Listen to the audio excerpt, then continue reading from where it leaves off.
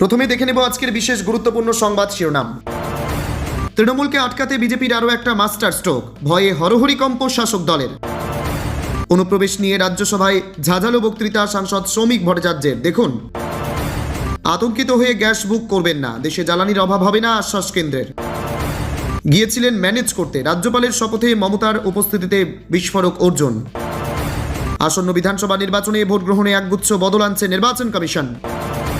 SIR নিয়ে রাজ্য সরকারের গোপন ছক ফাঁস, মালদায় মেজাজ হারিয়ে বিস্ফোরক হুমায়ুন কবির। আকবর উদ্দিন ওয়াইসির মতো ভাষা কেন মুখ্যমন্ত্রীর মুখে, বিস্ফোরক মোহাম্মদ সেলিম, কড়া ব্যবস্থার দাবি। প্রথম চিঠির জবাব না পেয়ে এবার দ্রৌপদী মুর্মুকে দ্বিতীয় চিঠি, বঙ্গ সফর ঘিরে বিতর্কের মাঝে রাষ্ট্রপতিকে কি জানাতে চায় তৃণমূল।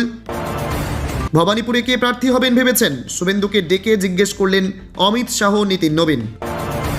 মমতার এক মন্তব্যে তোলপাড় বঙ্গ রাজনীতি, পদত্যাগের দাবিতে এককাট্টা বাম বিজেপি আইএসএফ। বড় খবর, আগামী সপ্তাহের শুরুতেই বাংলার ভোট ঘোষণা, জেনে নিন দিনক্ষণ। ভোটের আগেই ঘোর সংকটে মমতা, রাজ্যে এলেন RN রবি, কিছুক্ষণেরই মধ্যে শপথ। মমতার ধর্ণা সফল নয়, দিল্লিকে রিপোর্ট দিল্লির রাজ্য বিজেপি। ভোট পিছবে না, কবে ও কদফায় পশ্চিমবঙ্গ সহ 5 রাজ্যে ভোট হবে ঠিক করে ফেলল নির্বাচন কমিশন। এসআইআর ইস্যুতেই 26-এর ভোট জিতবে তৃণমূল, বিরাট দাবি করে নওশাদ লিখলেন স্ক্রিনশট নিয়ে রাখুন। প্রয়োজন ছিল 100, সই মিলল 130-এর বেশি, জ্ঞানেশের ইমপিচমেন্ট প্রস্তাবে অগ্রগতি বিরোধীদের। স্কুল ছাত্রীদের রক্তে লাল ইরান, আমেরিকার ছোড়া ক্ষেপণাস্ত্রে কি 150 প্রাণহানি। প্রিয় দর্শক, এবার আসছে বিস্তারিত খবরে। তার আগে ভিডিওটিতে একটি লাইক দিয়ে চ্যানেলটিকে সাবস্ক্রাইব করুন, যাতে পরবর্তী গুরুত্বপূর্ণ খবর পোস্ট করার সাথে সাথেই আপনার কাছে পৌঁছে যায়। অনুপ্রবেশ নিয়ে রাজ্যসভায় ঝাঁঝালো বক্তৃতা সাংসদ শ্রমিক ভট্টাচার্যের। রাজ্যসভার অধিবেশনে আজ অনুপ্রবেশ ইস্যুতে তীব্র সুরে সরব হলেন সাংসদ শ্রমিক ভট্টাচার্য। তার বক্তব্যে উঠে এলো সীমান্ত নিরাপত্তা, জাতীয় স্বার্থ এবং দেশের অভ্যন্তরীণ নিরাপত্তা নিয়ে গভীর উদ্বেগ।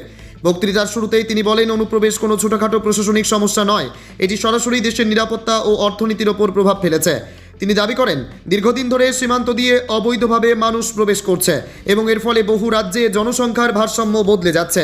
শ্রমিক ভট্টাচার্য বলেন, অনুপ্রবেশের কারণে শুধু সামাজিক সমস্যা নয়, অর্থনৈতিক চাপও বাড়ছে। সরকারি সুযোগ সুবিধা, কাজের সুযোগ এবং বিভিন্ন প্রকল্পের সুবিধা এমন মানুষেরা পাচ্ছেন যারা আইন মেনে দেশে প্রবেশ করেননি। তার মতে এর ফলে দেশের প্রকৃত নাগরিকরা বঞ্চিত হচ্ছেন। তিনি আরও বলেন, সীমান্তে কড়া নজরদারি এবং শক্তিশালী নীতি গ্রহণ করা এখন সময়ের দাবি। কেন্দ্রীয় ও রাজ্য সরকারের মধ্যে সমন্বয় বাড়িয়ে এই সমস্যার স্থায়ী সমাধান করতে হবে, না হলে ভবিষ্যতে এই সমস্যা আরও জটিল হয়ে উঠতে পারে। বক্তৃতার এক পর্যায়ে তিনি বিরোধীদেরও কটাক্ষ করেন। তার অভিযোগ, অনেক সময় রাজনৈতিক স্বার্থে এ বিষয়টি উপেক্ষা করা হয়, কিন্তু জাতীয় নিরাপত্তার প্রশ্নে কোনো আপোষ করা যায় না বলেই তিনি স্পষ্ট করে জানান। শ্রমিক ভট্টাচার্যের বক্তব্যে রাজ্যসভায় কিছুক্ষণের জন্য উত্তেজনা তৈরি হয়। বিরোধী বেঞ্চ থেকে প্রতিবাদ শোনা গেলেও তিনি নিজের অবস্থানে অনড় থাকেন এবং বলেন, দেশের স্বার্থে কঠোর পদক্ষেপ নেওয়া জরুরি। সবশেষে তিনি সরকারের কাছে আবেদন জানান, সীমান্ত সুরক্ষা আরও জোরদার করা হোক এবং অনুপ্রবেশ রোধে কার্যকর পদক্ষেপ নেওয়া হোক।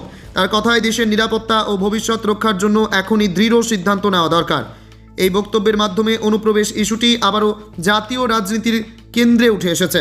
আসন্ন বিধানসভা নির্বাচনে ভোট গ্রহণে একগুচ্ছ বদল আনছে নির্বাচন কমিশন। আগামী বিধানসভা নির্বাচনের জন্য একাধিক নতুন নিয়ম ও ব্যবস্থা চালু করতে চলেছে জাতীয় নির্বাচন কমিশন। বৃহস্পতিবার কলকাতার শিপিং কর্পোরেশন অফ ইন্ডিয়া ভবনের 9ম তলে আয়োজিত সাংবাদিকদের এক প্রশিক্ষণ শিবিরে এই তথ্য জানানো হয়েছে। এদিনের শিবিরে অতিরিক্ত মুখ্য নির্বাচনী আধিকারিক অরিন্দম নিয়োগী, উপমুখ্য নির্বাচনী আধিকারিক সুমন্ত রায় এবং সুব্রত পাল উপস্থিত ছিলেন। কমিশনের আধিকারিকরা সংবাদ মাধ্যমের প্রতিনিধিদের কাছে আসন্ন নির্বাচনের নতুন নিয়মগুলি বিস্তারিতভাবে তুলে ধরেন। কমিশনের নতুন পদক্ষেপসমূহ: 1. অক্সিলারি বুথের সংখ্যা বৃদ্ধি, ভোটারদের সুবিধার্থে এবং ভিড় এড়াতে অক্সিলারি বুথের সংখ্যা বাড়ানো হচ্ছে। 2. মোবাইল ফোন জমা রাখার ব্যবস্থা, ভোট কেন্দ্রে মোবাইল ফোন নিয়ে প্রবেশের যে সমস্যা আগে ছিল তা দূর করতে বিশেষ বুথ করা হবে, যেখানে কুপন ব্যবস্থার মাধ্যমে নিরাপদে মোবাইল জমা রাখা যাবে। 3 নম্বর, বুথের দূরত্ব হ্রাস, ভোট কেন্দ্রের কাছাকাছি প্রার্থীদের ক্যাম্প বা বুথের দূরত্ব কমানো হচ্ছে। আগে এই দূরত্ব 200 মিটার থাকলেও এবার তা কমিয়ে 100 মিটার করা হচ্ছে, অর্থাৎ নো ক্যানভাসিং জোনের পরিধি এখন 100 মিটারের মধ্যে সীমাবদ্ধ থাকবে। এদিনের অনুষ্ঠানে আধিকারিকরা জানান, গণতন্ত্রের চতুর্থ স্তম্ভ সংবাদ মাধ্যমের ভূমিকা নির্বাচন কমিশনের কাছে অত্যন্ত গুরুত্বপূর্ণ। সঠিক তথ্য দ্রুততার সঙ্গে সাধারণ মানুষের কাছে পৌঁছে দেওয়ার ক্ষেত্রে সংবাদ মাধ্যমের সক্রিয় সহযোগিতার প্রয়োজনীয়তার কথা তারা পুনরায় ব্যক্ত করেন। এসআইআর নিয়ে রাজ্য সরকারের গোপন ছক ফাঁস, মালদায় মেজাজ হারিয়ে বিস্ফোরক হুমায়ুন কবির। বিশেষ নিবিড় সংশোধন বা এসআইআর ইস্যুতে এবার মালদায় গর্জে উঠলেন প্রাক্তন আইপিএস তথা আম জনতা উন্নয়ন পার্টির চেয়ারম্যান হুমায়ুন কবির। বৃহস্পতিবার নিজের দলের কর্মীদের নিয়ে মালদা জেলা শাসকের দপ্তরের সামনে দীর্ঘক্ষণ বিক্ষোভ দেখান তিনি। বিক্ষোভ চলাকালীনই রাজ্য সরকারের বিরুদ্ধে এক চাঞ্চল্যকর গোপন পরিকল্পনার কথা ফাঁস করে রীতিমতো হুঁশিয়ারি দিলেন এই দাপুটে নেতা। হুমায়ুন কবিরের অভিযোগ, ভোটার তালিকা সংশোধনের নামে প্রহসন চলছে। নির্বাচন কমিশনের ভূমিকার সমালোচনা করার পাশাপাশি তিনি দাবি করেন রাজ্য সরকার পর্দার আড়ালে এক গভীর ষড়যন্ত্রে লিপ্ত রয়েছে। তার কথায়, রাজ্য সরকারের এই গোপন ছক আমি জানি, কিন্তু মানুষের অধিকার নিয়ে ছিনিমিনি খেলতে দেব না। একই সঙ্গে শাসক দল তৃণমূলকেও এক হাত নিয়ে তিনি জানান, সাধারণ মানুষের উন্নয়ন ছেড়ে তারা এখন কেবল ক্ষমতা ধরে রাখার কৌশলে মত্ত। ভোটের নির্ঘণ্ট ঘোষণা হওয়ার আগে হুমায়ুন কবিরের এই আন্দোলন মালদার রাজনৈতিক মহলে নতুন করে শোরগোল ফেলে দিয়েছে। বিশেষ করে এসআইআর প্রক্রিয়ায় জালিয়াতি নিয়ে দিল্লিতে যখন বিরোধী জোট সুপ্রিম কোর্ট এবং কমিশনের ওপর চাপ সৃষ্টি করছে, তখন মালদার মাটিতে দাঁড়িয়ে হুমায়ুনের এই আক্রমণ শাসক দলের জন্য অস্বস্তি বাড়িয়ে দিল বলেই মনে করছেন বিশেষজ্ঞরা। আকবরউদ্দিন ওয়াইসির মতো ভাষা কেন মুখ্যমন্ত্রীর মুখে? বিস্ফোরক মোহাম্মদ সেলিম, কড়া ব্যবস্থার দাবি। নির্বাচনের আগে খোদ মুখ্যমন্ত্রীর একটি মন্তব্যকে কেন্দ্র করে উত্তপ্ত বাংলার রাজনীতি। ধর্মতলায় তৃণমূলের ধর্ণা মঞ্চ থেকে মমতা বন্দ্যোপাধ্যায়ের 1 সেকেন্ডে 12টা বাজিয়ে দেওয়া সংক্রান্ত একটি হুঁশিয়ারি ঘিরেই শুরু হয়েছে তুমুল বিতর্ক। বিরোধীদের অভিযোগ, এই মন্তব্য সরাসরি সাম্প্রদায়িক উস্কানি। বিজেপি, সিপিআইএম, কংগ্রেস এবং আইএসএফ একযোগে মুখ্যমন্ত্রীর বিরুদ্ধে নির্বাচন কমিশনের হস্তক্ষেপ দাবি করেছে। কি বলেছিলেন মুখ্যমন্ত্রী? ভাইরাল হওয়া ভিডিওটিতে মমতা বন্দ্যোপাধ্যায়কে বলতে শোনা যায়, আমরা আছি বলে আপনারা ভালো আছেন, আমরা না থাকলে 1 সেকেন্ড লাগবে। একটা কমিউনিটি যখন জোট বাঁধে, ঘিরে ফেললে 1 সেকেন্ডে একদম 12টা বাজিয়ে দেবে। এই বক্তব্যের পরেই বিরোধীদের দাবি, মুখ্যমন্ত্রী একটি নির্দিষ্ট সম্প্রদায়কে শিখণ্ডী করে বিভাজনের রাজনীতি করছেন। বিরোধীদের এক সুরে আক্রমণ। মোহাম্মদ সেলিম, হায়দ্রাবাদের আকবরউদ্দিন ওয়াইসির একসময় পুলিশ তুলে নেওয়ার হুমকি দিয়েছিলেন। মমতাও আজ সেই সুরেই কথা বলছেন, কমিশনের উচিত কড়া পদক্ষেপ নেওয়া। শুভেন্দু অধিকারী, সাম্প্রদায়িক কার্ড খেলায় মমতার অভ্যাস। 2021 ও 2024 তিনি মুসলিম ভোট প্রভাবিত করেছেন, এবার হিন্দুরাও জোট বাঁধবে এবং ব্যালটেই জবাব দেবে। শুভঙ্কর সরকার, ভারতবর্ষ বহুতত্ত্ববাদের দেশ, কে কাকে শেষ করে দেবে এমন ভাষা গণতন্ত্রে মানায় না। মুখ্যমন্ত্রী না থাকলে কারা আক্রমণ করবে? তিনি কি আইন শৃঙ্খলার রক্ষায় ব্যর্থ? নওশাদ সিদ্দিকী, ভয় দেখিয়ে ভোট পাওয়ার এই রাজনীতি বন্ধ করতে হবে। তৃণমূল এবং বিজেপি দুজনেই ভয়ের চাষ করেছে। এই ইস্যুতে এখনও তৃণমূলের তরফে কোনো সরকারি প্রতিক্রিয়া না মিললেও লোকসভা ও বিধানসভা ভোটের মুখে এই হুমকি ইস্যুকে যে বিরোধীরা বড় হাতিয়ার করবে তা স্পষ্ট। প্রথম চিঠির জবাব না পেয়ে এবার দ্রৌপদী মুর্মুকে দ্বিতীয় চিঠি। বঙ্গ সফর ঘিরে বিতর্কের মাঝে রাষ্ট্রপতিকে কি জানাতে চায় তৃণমূল? রাষ্ট্রপতি দ্রৌপদী মুর্মুর বঙ্গ সফরকে ঘিরে বিতর্ক নিয়ে স্বয়ং রাষ্ট্রপতির সঙ্গে দেখা করতে চেয়ে চিঠি দেওয়ার জন্য মুখ্যমন্ত্রী নির্দেশ দিয়েছিলেন আগে।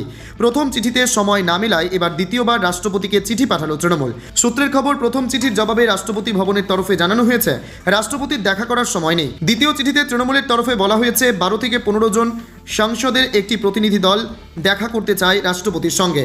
আগামী সপ্তাহে সময় দেওয়ার আবেদন জানানো হয়েছে সেই চিঠিতে। পশ্চিমবঙ্গ সরকার এখনো পর্যন্ত জনজাতি সম্প্রদায়ের উন্নয়নে যে সমস্ত কর্মসূচি এবং প্রকল্প গ্রহণ করেছে তার সম্মুখ ধারণা রাষ্ট্রপতির সঙ্গে দেখা করে তাকে জানাতে চায় তৃণমূলের প্রতিনিধি দল। গোটা রাজ্যে তপশিলি জাতি, জনজাতি এবং ওবিসি সম্প্রদায়ভুক্ত মানুষের জীবনের মান উন্নয়ন করতে পরিকাঠামো নির্মাণ, জীবনযাত্রায় সহায়তা, সামাজিক সুরক্ষা এবং শিক্ষায় পশ্চিমবঙ্গ সরকার যে মাইলফলক পদক্ষেপগুলি করেছে তা রাষ্ট্রকে জানানো হবে বলে চিঠিতে বলা হয়েছে।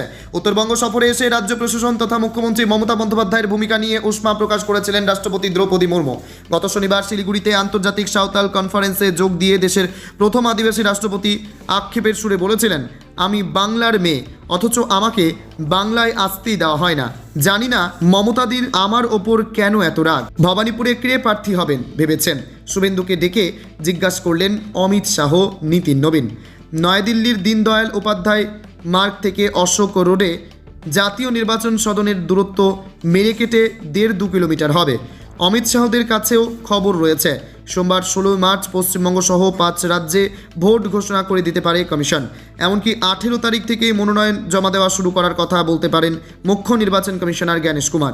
এ অবস্থায় তড়িঘড়ি প্রার্থী তালিকা চূড়ান্ত করার কাজ শুরু হয়েছে। বুধবার ও বৃহস্পতিবার বাংলার লিস্ট নিয়ে শুভেন্দু অধিকারী, শ্রমিক ভট্টাচার্য, সুকান্ত মজুমদারদের সঙ্গে বসেছিলেন অমিত শাহ, নীতিন নবীনরা। তবে এর মধ্যে নাটকীয় মুহূর্ত হয়ে রইল একটাই, ভবানীপুরে কে প্রার্থী হবেন সেই প্রশ্ন কে কাকে কখন কিভাবে করলেন এবং তার উত্তরে কি বলা হয়েছে সেটাই সেই নাটকীয় মুহূর্তের আসল রসদ ও উপাদান। তবে সে রহস্যের উত্তর সন্ধানের আগে একটা বড় ছবির দিকে প্রথমে তাকানো যেতে পারে, তা হলো বিজেপির প্রার্থী তালিকা এবার দেখতে কেমন হতে পারে।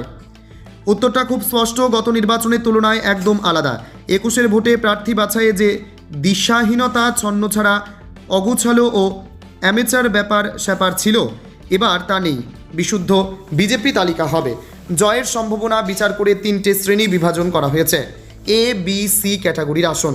এই ক্যাটাগরিতে 16 আনা খাঁটি বিজেপি ছাড়া টিকিট দেওয়া হবে না। সি ক্যাটাগরি মানে যেখানে জয়ের আশা বিশেষ নেই, তবু লড়াই জারি থাকবে। সেখানে ভোটের স্রোতে ভেসে আসা ভিন দলের নেতার কথা ভেবেচিন্তে দেখা হলেও হতে পারে। ডানপন্থী রাজনীতিতে বরাবরই দলের মধ্যে একটা লড়াই থাকে, কোন নেতা তার আস্থাভাজন ও অনুগামী কতজনের জন্য টিকিট আদায় করে আনতে পারলেন।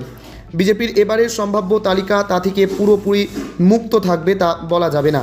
তবে ঘটনা হলো, সৌমিক ভট্টাচার্য দলে নতুন সভাপতি হয়েছেন। সংগঠনের নেতার তুলনায় এখনও তাকে অনেকেই তাত্ত্বিক নেতা বলে মনে করেন। শ্রমিকও হয়তো দুদিন আগে পর্যন্ত নিজের সম্পর্কে তেমন মূল্যায়ন করে আমোদিত হতেন। মোদ্দা কথা হলো, কাউকে টিকিট পাইয়ে দেওয়ার ব্যাপারে শ্রমিকের তেমন ব্যাগেজ কম। সুকান্তরও নিজের লোকসভা এলাকা ও জেলার বাইরে তেমন লোক সীমিত। তুলনায় শুভেন্দুর ব্যাগ অনেক ভারী। গোটা বাংলা ঘুরে বেড়ান, জেলার নেতাদের সঙ্গে নিয়মিত যোগাযোগ রাখেন। তার সবচেয়ে বড় পুঁজি বাংলার পশ্চিমাঞ্চল ও উত্তরের একাংশ, বিশেষ করে 2 মেদিনীপুর, বাঁকুড়া, পুরুলিয়া ও ঝাড়গ্রাম। জানা গিয়েছে, এহেন শুভেন্দুকে বুধবার বিজেপির নতুন সর্বভারতীয় সভাপতি নীতিন নবীন প্রশ্ন করেন, ভবানীপুর আসনের জন্য কার কথা ভেবেছেন। কিছুক্ষণ পর আবার আলাদা করে স্বরাষ্ট্রমন্ত্রী অমিত শাহ প্রায় একই প্রশ্ন করেন। শুভেন্দুর কাছে জানতে চান, ভবানীপুরের পরিস্থিতি এখন ঠিক কেমন, কিছু আন্দাজ করা যাচ্ছে কি, ভালো প্রার্থী কে হতে পারে। শুভেন্দু আগেই বাইরে বলে বেরিয়েছেন, দল চাইলে তিনি ভবানীপুরে প্রার্থী হতে রাজি। মুখোমুখি মমতা বন্দ্যোপাধ্যায়। সূত্রের দাবি, বুধবারও অমিত শাহ এবং নীতিন নবীনকে একই জবাব দেন শুভেন্দু। বলেন, দল চাইলে আমিও দাঁড়াতে পারি, কারণ ওখানে সঠিক প্রার্থী করাটাই ভাইটাল। প্রার্থী বাছাইয়ের মাধ্যমেই একটা বার্তা যাবে যে বাংলা জেতার ব্যাপারে বিজেপি কতটা সিরিয়াস। একা শুভেন্দু নন, বিজেপির মধ্যে এ ব্যাপারে একমত অনেকে। তাদের মতে, বিজেপির সমর্থক বা তৃণমূল বিরোধী বিপুল সংখ্যক মানুষের মনে এখনও সন্দেহ রয়েছে। বিজেপি তৃণমূল সেটিং নেই তো, ভবানীপুরে পোর খাওয়া কড়া প্রার্থী দিলে সেই ধারণাও সন্দেহ ভেঙে যাবে। মানুষের কাছে মনে হবে বিজেপি জেতার ব্যাপারে সিরিয়াস। রাজ্য বিজেপিতে দিলীপ ঘোষ ঘনিষ্ঠ কেউ কেউ আবার মনে করেন, শুভেন্দু এটা অমিত শাহদের বোঝাতে চাইছেন নিজের স্বার্থে। তারা মনে করছেন, মমতা বন্দ্যোপাধ্যায়ের বিরুদ্ধে বিজেপি যদি শুভেন্দু অধিকারীকে প্রার্থী করে, তাহলে এই নির্বাচনে শুভেন্দু খুব স্বাভাবিকভাবে বা ন্যাচারালি বিজেপির মুখ হয়ে যাবেন। অর্থাৎ বিজেপি তাদের মুখ্যমন্ত্রী পদপ্রার্থী হিসাবে কাউকে আলাদা করে প্রজেক্ট না করলেও শুভেন্দুকে বকলমে প্রজেক্টেড হয়ে যাবেন। তবে বিজেপি শীর্ষ সূত্রে খবর, ভবানীপুরে বিজেপি শুভেন্দু ব্যতিরেকে এখনও পর্যন্ত তেমন কোনো জুৎসই বা মজবুত মুখ পায়নি। ফলে ব্যাপারটা এখনও ওপেন রয়েছে, এখনও শুভেন্দুর সম্ভাবনা রয়েছে, তা উড়িয়ে যাচ্ছে না। শেষমেশ যদি সেটাই ভবিতব্য হয়ে ওঠে, তাহলে এই ভোটে ভবানীপুরে এপিক লড়াই হবে, মহাকাব্যিক যুদ্ধ। মমতার এক মন্তব্যে তোলপাড় বঙ্গ রাজনীতি। পদত্যাগের দাবিতে এককাট্টা বাম, বিজেপি, আইএসএফ। ধর্মতলার সভা থেকে মুখ্যমন্ত্রী মমতা বন্দ্যোপাধ্যায়ের একটি বিতর্কিত মন্তব্যকে কেন্দ্র করে উত্তপ্ত হয়ে উঠল রাজ্যের রাজনৈতিক আবহাওয়া। বিরোধীদের নিশানা করে মমতা বলেন, 1 সেকেন্ডে 12টা বাজিয়ে দেবে। মুখ্যমন্ত্রী এই মেজাজ এবং শব্দ চয়নকে ঘিরেই এখন একজোট হয়ে ময়দানে নেমেছে বিজেপি, সিপিএম, কংগ্রেস এবং আইএসএফ। তাদের দাবি, একজন মুখ্যমন্ত্রী পদে থেকে এই ধরনের হুমকি দেওয়া অগণতান্ত্রিক এবং প্ররোচনামূলক। বিজেপি নেতা শুভেন্দু অধিকারী এই মন্তব্যকে সরাসরি পাগলামি বলে কটাক্ষ করেছেন এবং অবিলম্বে নির্বাচন কমিশনের হস্তক্ষেপ দাবি করেছেন। অন্যদিকে সিপিএম নেতা মোহাম্মদ সেলিম এবং প্রদেশ কংগ্রেস সভাপতি শুভঙ্কর সরকারও মমতা বন্দ্যোপাধ্যায়ের এই মন্তব্যের তীব্র নিন্দা জানিয়েছেন। আইএসএফ বিধায়ক নওশাদ সিদ্দিকী প্রশ্ন তুলেছেন, কাদের 12টা বাজানোর কথা বলছেন মুখ্যমন্ত্রী, সাধারণ মানুষের না বিরোধীদের? বিরোধীদের অভিযোগ, পায়ের তলার মাটি সরছে বুঝেই মমতা বন্দ্যোপাধ্যায় এখন মারমুখী ভাষা ব্যবহার করছেন। ধর্মতলায় এই ঘটনার পর রাজ্য রাজনীতিতে পাল্টা চাপের মুখে শাসক দল তৃণমূল কংগ্রেস। এসআইআর ইস্যুতেই 26-এর ভোটে জিতবে তৃণমূল, বিরাট দাবি করে নওশাদ লিখলেন, স্ক্রিনশট নিয়ে রাখুন। একজন বৈধ ভোটারেরও যাতে নাম বাদ না যায়, এসআইআর প্রক্রিয়ার শুরু থেকেই এই দাবি করে সুর চড়িয়েছে বাংলার শাসক দল। এবার বিরোধী দলের নেতা 21-এর ভোটের জোটের একমাত্র জয়ী বিধায়ক নওশাদ সিদ্দিকী দাবি করলেন, এসআইআর ইস্যুতেই 26-এর ভোট বৈতরণী পার করবে তৃণমূল কংগ্রেস। সোশ্যাল মিডিয়ায় নওশাদ একটি পোস্ট করেছেন, তাতে তিনি লিখেছেন, এসআইআর ইস্যুতে 2026 বিধানসভা নির্বাচনের বৈতরণী পার করবে শাসক দল। শাসকের দ্বারা সংগঠিত সমস্ত ধরনের অপকর্ম চাপা পড়ে যাবে এসআইআর ইস্যুতে। এখানেই থামেননি, সঙ্গে লিখেছেন তার বক্তব্যের স্ক্রিনশট নিয়ে রাখার কথাও লিখেছেন সোশ্যাল মিডিয়ায়। এসআইআর ইস্যুতে গত কয়েকদিনে ভোটমুখী বাংলায় আন্দোলনের নতুন সুর চড়িয়েছেন মমতা। নাগরিকদের ভোটাধিকার, এই আমাদের অঙ্গীকার। মূলত এই স্লোগানকে সামনে রেখেই দোল পেরোতেই পথে নেমেছিল রাজ্যের শাসক দল। তৃণমূলের বক্তব্য ছিল, এসআইআর এর মাধ্যমে গণতন্ত্র হত্যার প্রতিবাদ এবং বাংলার বৈধ নাগরিকদের ভোটাধিকার কেড়ে নেওয়ার চক্রান্তের বিরোধিতায় এই ধর্ণা অবস্থান। ধর্মতলা ইস্ট মেট্রো চ্যানেল যেখানে মুখ্যমন্ত্রী অনশন করেছিলেন সেই একই জায়গায় শুক্রবার থেকে ধর্নায় বসেছেন তিনি। সঙ্গী তৃণমূলের সর্বভারতীয় সাধারণ সম্পাদক অভিষেক ব্যানার্জি সহ দলের অন্যান্য নেতৃত্বরা। ভোটমুখী বাংলায় রাজ্যের মুখ্যমন্ত্রীর শাসক দলের সুপ্রিমোর শহরের বুকে ধর্নায় বসা নিঃসন্দেহে বাংলার রাজনীতিতে অত্যন্ত গুরুত্বপূর্ণ। বৃহস্পতিবারই প্রস্তুত মঞ্চ সজ্জা, মূল মঞ্চের দুপাশে ছিল পরিসর। 5 দিনের ধর্নায় মমতার পাশে উপস্থিত ছিলেন দলের নেতাকর্মীরা। এসআইআরের বিরোধিতায় ক্রমাগত সুর চড়ান তারা। এই পরিস্থিতিতে বাংলার রাজনীতি সচেতন বহু মানুষই বারবার বলছেন, তৃণমূল কংগ্রেস যেভাবে এসআইআরকে হাতিয়ার করে ভেতরের রাজনীতিতে ঢুকে পড়ল, অন্য কোনো দল সেভাবে হাতিয়ার করতে পারল না। রাজপথ থেকে supreme court Trinamool Congress supremo বাংলার মানুষকে বোঝালেন তারা আছেন পাশে। নওশাদের পোস্ট যেন সেই বক্তব্যকেই তুলে ধরল আরও একবার। বাংলায় প্রথম দফায় 100 আসনে প্রার্থী ঘোষণা করবে কংগ্রেস। তালিকায় অধীর, মৌসুম, শুভঙ্কর। জেলায় জেলায় প্রথমে অবজারভার, তারপর মাইক্রো অবজারভার। এবার দফা ভাগ করে প্রার্থী তালিকা প্রকাশের তোড়জোড় শুরু হয়েছে, যা দেখে কেউ কেউ বলছেন নির্বাচন কমিশনের ধাঁচে চলছে প্রদেশ কংগ্রেস। চর্চা যেমনই হোক, আপাতত খবর প্রথম দফায় বাংলায় দলের জন্য 100 জনের প্রার্থী তালিকা প্রকাশ করতে পারে এআইসিসি। তারপরে আরও 2টি ধাপে প্রকাশিত হতে পারে বাকি প্রার্থীদের তালিকা, জানিয়ে চূড়ান্ত সিদ্ধান্ত নিতে বুধবার সন্ধ্যায় দিল্লি পাড়ি দিলেন প্রদেশ সভাপতি শুভঙ্কর সরকার। নির্বাচন কমিশন বাংলার ভোট ঘোষণা করে দিলে প্রায় গায়ে গায়ে প্রথম 100 জনের তালিকা ঘোষণা করে দিতে পারে দল। গত সোমবার ও মঙ্গলবার 2 দফায় প্রথমে প্রদেশ নির্বাচন কমিটি ও পরে রাজ্য পর্যবেক্ষকদের উপস্থিতিতে স্ক্রিনিং কমিটি এবং জেলাওয়ারি পর্যবেক্ষকদের নিয়ে বৈঠক হয়েছে। দীর্ঘদিন বাদে এআইসিসি নেতৃত্বের কথা মতো সেই বৈঠকে যোগ দিয়েছিলেন প্রাক্তন সভাপতি অধীর চৌধুরী। এআইসিসি ও প্রদেশ সভাপতির কথায় যে প্রার্থী বাছাইয়ে চূড়ান্ত সেই প্রস্তাব নিজেই সকলকে জানিয়েছেন অধীর। একটি সূত্রের দাবি, সবকটি জেলা থেকে প্রার্থীদের সম্ভাব্য তালিকা প্রদেশকে পাঠানো হলেও মুর্শিদাবাদ জেলার প্রার্থী তালিকা রাজ্য নেতৃত্বকে পাঠাননি সভাপতি মনোজ চক্রবর্তী। সেই তালিকায় গোপনীয়তা রেখে বিধান ভবনে গত বৈঠকেই পর্যবেক্ষক গোলাম মীরের হাতে তুলে দিয়েছেন অধীর নিজে। একটি অংশের দাবি, সেই তালিকায় বিধানসভার প্রার্থী হিসেবে অধীরের নামও রয়েছে, যদিও তাতে কোনো পক্ষই এখনও সিলমোহর দেয়নি। প্রথম দফায় যে 100 প্রার্থীর নাম ঘোষণা করতে চাইছে এআইসিসি, তাতে প্রাথমিকভাবে টপ প্লেয়ারদের নাম থাকতে পারে বলে মনে করা হচ্ছে। সেক্ষেত্রে মালদহ, মুর্শিদাবাদ, হুগলি, বর্ধমানের প্রার্থীদের নাম ঘোষণা করা হতে পারে প্রথম দফায়। দলের একটা অংশের আরও দাবি, মালদহের জন্য মৌসুম নূর সহ তার পরিবারের আরও 2-1 জনের নাম থাকতে পারে।